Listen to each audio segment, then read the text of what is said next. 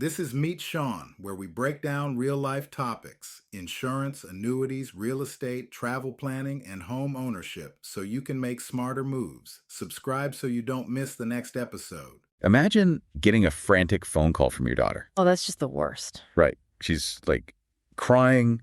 She says she's been in a terrible accident and she needs you to wire money immediately to cover some emergency medical fee. And it sounds exactly like her. Exactly. It's her voice. It's her exact cadence. You look down, you see her number on the caller ID. Yeah. So, I mean, you do it right. Of course you do. Any parent would. Yeah. Only your daughter is actually safely asleep upstairs in her bedroom. Wow. Yeah. You just gave your entire life savings to a line of AI code. It really is the absolute nightmare scenario. And unfortunately, in this current landscape, it's becoming alarmingly common. It's terrifying. It is. The entire architecture of how we think about home security, it basically just has to be rewritten from the ground up. Okay, well, let's unpack this because today we are doing a deep dive into a really comprehensive 2026 guide from SeanWillInsure.net. Yeah, it's a great source. It really is. And our mission today is to figure out why identity theft claims are just completely surging right now, and why something called cyber insurance for families is, well, it's basically becoming the new mandatory deadbolt for your digital life. Right, the new standard. Exactly. And the numbers in this analysis, they are honestly startling. Like, identity theft cases have jumped nearly 25% recently. 25% is huge. 25%. That tells me that the old security measures we've all been relying on are just fundamentally broken at this point. They really are. And, I think we need to state right up front, the goal of our conversation today isn't to induce panic. Right. Please don't panic. Yeah, we aren't here to scare you into, throwing your phone in a lake and going off the grid. Although it's tempting. It is.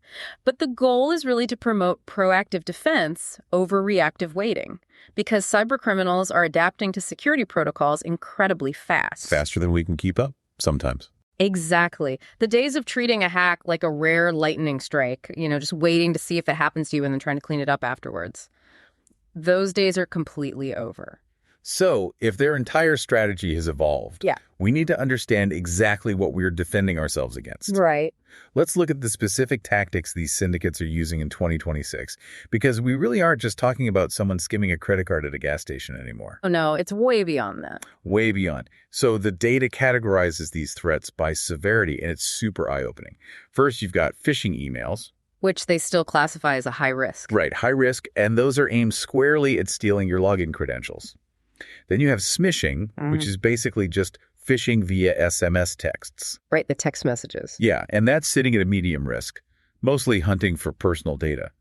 But then you hit the AI voice scams. Which the analysis rightfully classifies as a critical risk. Critical. Yeah.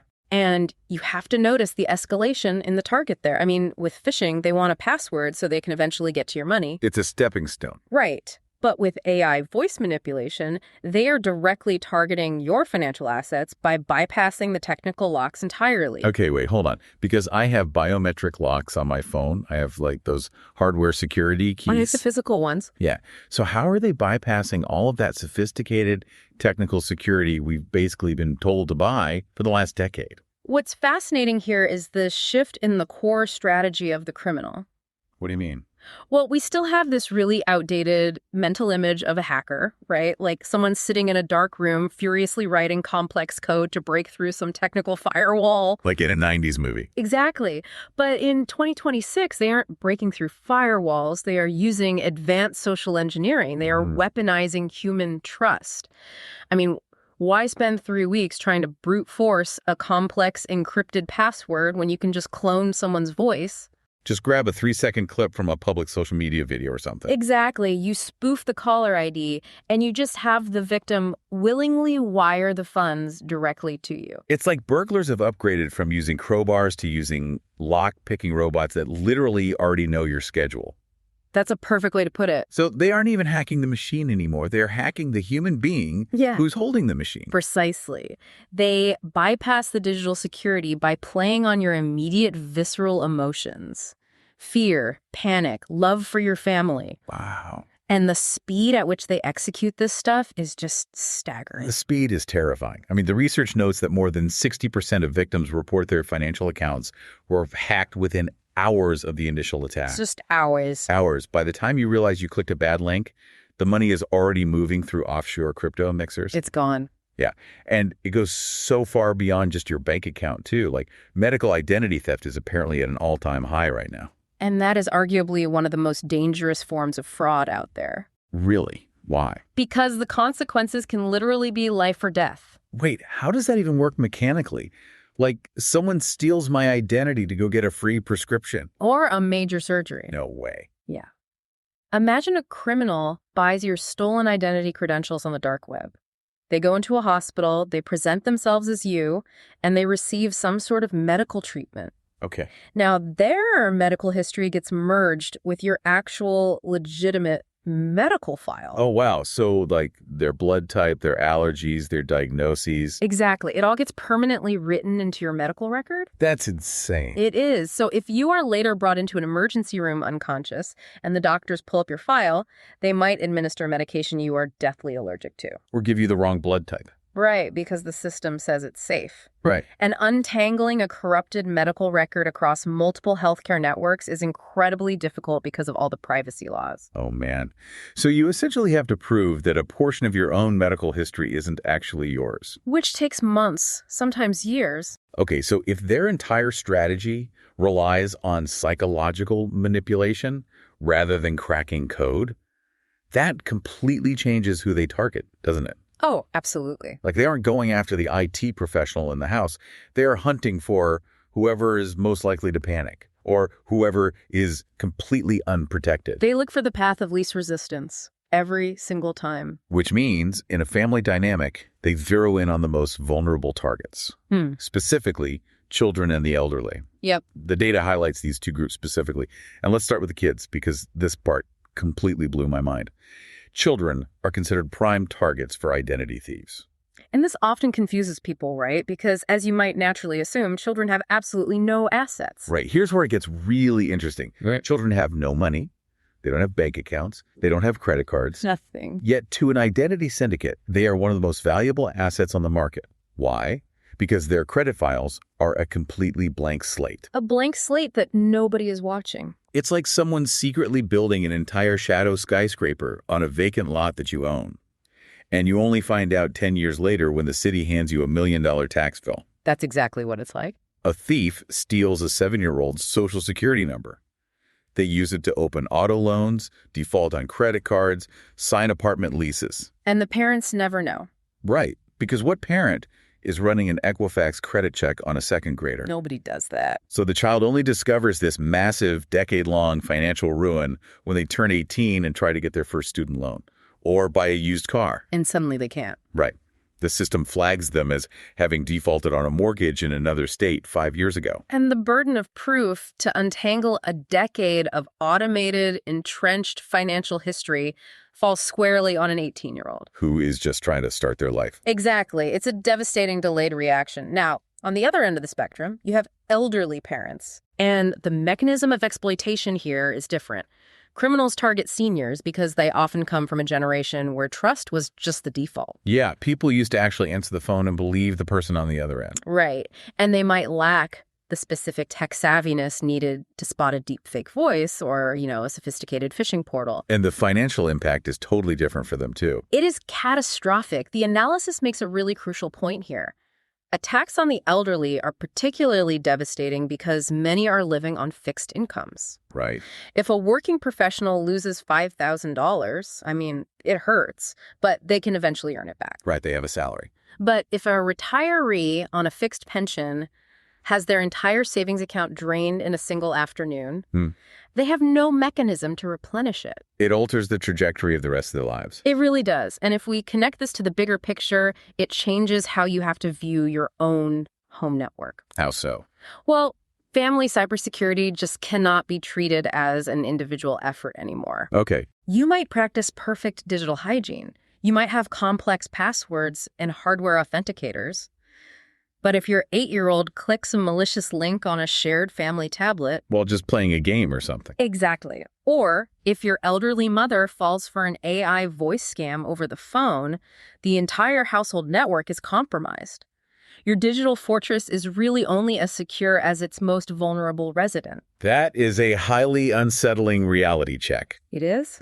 but it perfectly sets up the structural solution that this comprehensive guide from SeanWillInsure.net is advocating for. Yes, the defense part. Right. We see the mechanics of the threats. We see the vulnerability of the targets. So let's pivot to the defense. The recommendation is a dedicated policy, cyber insurance for families. Right, which addresses a massive coverage gap that most families don't even know they have. Okay, let me push back on this for a second, just acting as the skeptic. Sure. Why wouldn't my standard homeowner's insurance cover this?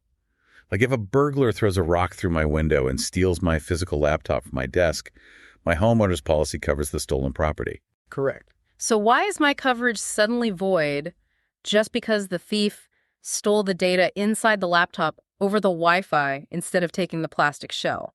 It basically comes down to how traditional insurance defines risk. Standard policies are built for tangible physical loss. Like a fire. Fire, theft, water damage, exactly. Mm. A cyber attack is classified as an intangible risk. Intangible, okay. Yeah. If a hacker in another country drains your bank account through a social engineering scam, there is no physical property damage for a traditional adjuster to even assess. The structure of your house is perfectly fine. Right. The physical laptop is still sitting on your desk. Therefore, under a standard policy, no covered peril occurred. Wow, so you were left completely exposed. Exactly. And this is why a dedicated cyber policy is so necessary now. It is specifically designed to underwrite the intangible digital landscape. So having this insurance isn't just getting a check in the mail then. Let's look at the mechanics of what this insurance actually does, because the guide outlines 3 key policy features, and they are incredibly robust. They really are. So the first one is identity theft restoration. Yeah. And from what I read, this isn't just a checklist they mail you, like good luck. Yeah. It's active intervention. This is critical. When your identity is stolen, you don't just need a payout, you need an advocate. Yeah. The restoration team actually takes over the legwork. They place the fraud alerts with the credit bureaus, they monitor your credit reports, and they actually communicate with creditors to dispute the fraudulent accounts. They untangle the mess for you. Exactly. Which leads to the second feature, data recovery services. Mm. This seems to be the pure tech support side of things. Yes. Like if your network gets hit with ransomware, they provide actual digital forensics experts to help retrieve lost digital files. Irreplaceable family photos, things like that. Right. And they secure your hacked devices. And we really have to explain how vital that is. I mean, if your device is infected with sophisticated 2026 malware, you can't just plug in an external USB drive to try and copy your photos over. Why not? Because you will likely just infect the backup drive too. Oh. You need professionals who can sandbox the device, isolate the malicious code, extract the clean files, and just scorch the earth on the malware. Wow. Yeah, that is way beyond the capability of the average person. Far beyond it. Totally. Yeah. Okay, and the third feature is legal expense coverage. Now, why do I need a lawyer if I am the victim of a crime? Because the automated systems of debt collection do not care that you are hacked. Ah. If a thief rents a vehicle using your stolen identity and totals it in an accident, the rental company's insurance is going to come after you for the damages. Because your name is on the rental agreement. Right. Or if they take out a loan in your name and default, the collections agency will sue you for the balance. That's awful. It is. You need legal counsel to prove you are not liable for the actions taken by your digital doppelganger. So basically having this cyber insurance, it's like hiring a digital bodyguard, an IT department, and a defense lawyer all at once. That is the exact way you should look at it. And to really grasp why having that team matters, we have to look at the psychological reality of a breach. Yeah, the emotional toll. The analysis emphasizes that identity theft is a profound violation of a person's private sanctuary. You just feel completely exposed. Yes. And the emotional cost hits in phases, right? Right after a breach, there is severe panic and shock. Just pure adrenaline. You are watching money vanish, and you have absolutely no idea how to stop it. Then, during the recovery phase, there is high frustration and profound fatigue. I can imagine just spending hours on hold with automated bank systems. Exactly. And long-term, there's this lingering anxiety every single time your phone rings. When a family tries to navigate the technical and legal labyrinth of identity theft all alone, that fatigue can shatter them. It's too much for one person. It is. So having these specific features allows the family to focus on their emotional recovery while seasoned professionals handle the grueling technical warfare. That distinction between the DIY approach and having professional backing is just huge. It really is. So how does this policy actually perform in a crisis? The data breaks down the tangible financial recovery benefits, and honestly, The contrast is night and day. yeah, if you have the insurance, you get immediate financial relief through the reimbursement of stolen funds. Right. You aren't just sitting there out of luck, unable to pay your mortgage while the bank conducts some 6-month internal investigation. That's a huge relief. And you also get 24/7 access to dedicated case managers. Which means you are dealing with a human being who actually knows your case, not a different customer service rep every single time you call. Exactly. And there are a couple of real-life scenarios in the analysis that really illustrate this perfectly. Oh, like the Miller family. Yeah, the Miller family in Ohio. They were hit with massive unauthorized holiday charges. Ouch. Right.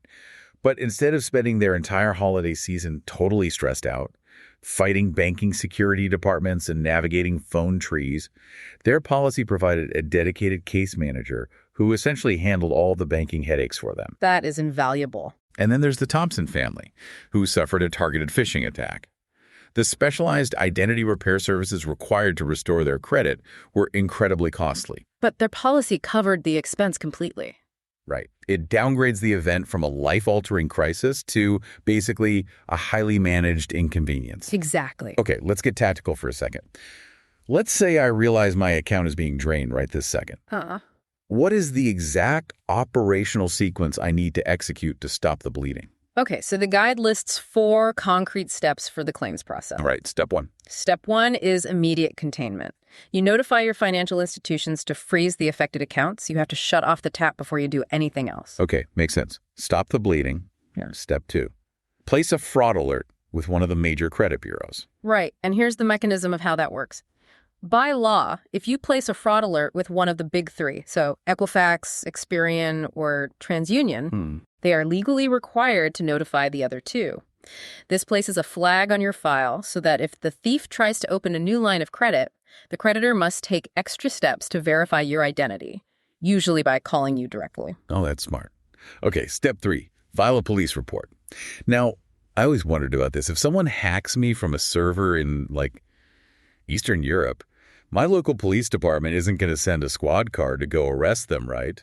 So why do I need to file a local report? It's all because of legal liability. Oh. See, when you tell a bank that a charge is fraudulent, their initial quiet assumption is that you might just be lying to get out of buyer's remorse. Of course. But a police report is sworn testimony under penalty of perjury. It creates an official, legally binding record of the crime. So it forces their hand. Exactly. It forces the financial institution's fraud department to legally treat you as a victim rather than a suspect. It completely shifts the burden of proof. That makes total sense. Okay. Okay, and step 4, contact your insurance provider to initiate the claim and deploy that professional help.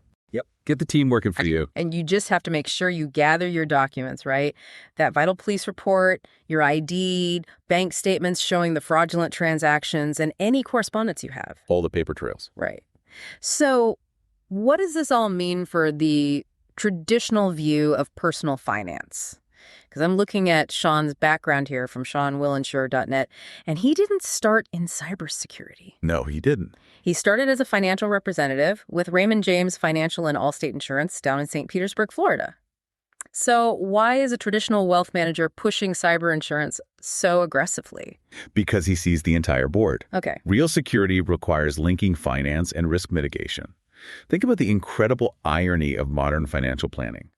A family might spend thousands of dollars on a financial advisor to carefully grow their retirement portfolio, right? Like 6 or 7% a year. Yeah, optimizing taxes, all that. Exactly. They optimize taxes, they build college funds for their kids. But all of that diligent, decades-long wealth accumulation is incredibly fragile if the digital gateway to those funds is secured by a weak password and no insurance. Wow. Yeah, you could lose a lifetime of savings in a Tuesday afternoon social engineering scam. Easily. Yeah. Treating digital security as a crucial pillar of holistic wealth management means you are actively protecting the assets you've built rather than just reacting when the vault is suddenly empty. It's like you wouldn't build a multi-million-dollar, beautifully designed house and then leave the front door completely wide open at night. No, you wouldn't. You have to secure the perimeter of the asset. And speaking of securing the perimeter, we have to look at the preventative steps you can take today, right now, in your own home network. Foundational daily habits. Right. Now, we all know you're supposed to use two-factor authentication, or 2FA, and password managers. But the data we are looking at shows that it's the inconsistent application of these tools that criminals exploit. Yes, consistency is everything. Like, you might have 2FA on your main bank account, but if you don't have it on that legacy email address you created 10 years ago. That old email is the back door. Right. Criminals hack the old email, use it to reset the password on your bank account, and they are in. You need strict, universal application of 2FA across every single platform. And you really need a password manager so that every account has a unique cryptographic password. So they aren't all password 123. Exactly. Because if one site gets breached, you don't want them gaining access to your entire digital life. Totally. And finally, check your financial statements weekly. Because early detection is a mechanism of defense in itself. Right. If you catch a strange, random $2 charge on a Tuesday and you cancel the card, you prevent the $5,000 drain that the syndicate was planning for Friday. It's all about proactive monitoring combined with professional insured backup. That is the 2026 Survival Guide. Well, if you are looking at your own household and realizing you have a massive blind spot here, the guide strongly encourages reaching out directly to assess your family's specific risks and structural vulnerabilities. I'd highly recommend it. You can actually contact them to start customizing that protection at 813-723-1450, or you can email prez@meetsan.net. You know, this raises an important question, something to think about even beyond the scope of today's deep dive. Oh, what's that? Well, we've spent this time talking about the immediate threats of 2026, right? How AI voice scams can mimic us to steal our current assets, and how we need robust insurance to recover while we are alive. Right. But as our digital footprints grow exponentially larger and more complex every single year, what happens when our digital identity eventually outlives our physical one? Oh, wow. In the near future, will we all be legally required to hire digital estate executors to protect our cloned voices, our likenesses, and our biometric data from being weaponized by thieves long after we are gone? Wow. That is a wild and honestly deeply chilling thought. It's coming. We've been so obsessively focused on locking the digital front door while we're living in the house, we haven't even considered who guards the property when we're gone. Exactly. It just goes to show that the mechanics of security are never going to stop evolving. Well, thank you so much for joining us on this deep dive into the SeanWillinsure.net analysis. Stay curious, stay secure, and keep learning. That's it for today's Meet Sean. If this helped, follow the show and share this episode with one person who needs it. See you next time.